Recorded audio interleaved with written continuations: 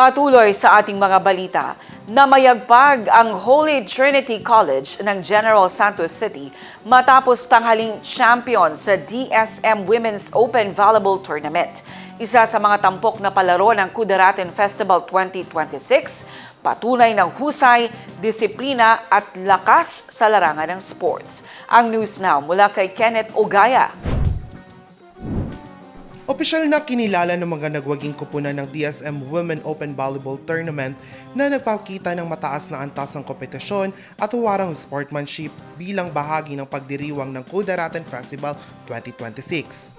Nagkampiyon ng Holy Trinity College mula sa General Santos City matapos magwagi ng 150,000 pesos.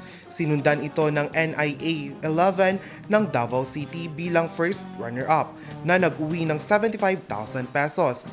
Samantala, tinanghal na second runner-up ang Holy Trinity High School ng General Santos City na may 50,000 pesos.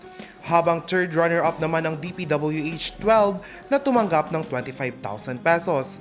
Nagpaabot ng pagbati ang pamahalang lokal sa lahat ng kalahok at nagwagi bilang pagkilala sa kanilang dedikasyon at mahalagang papel ng sports sa pagtaguyod ng pagkakaisa, malusog na pamumuhay at positibong paghubog sa kababaihan.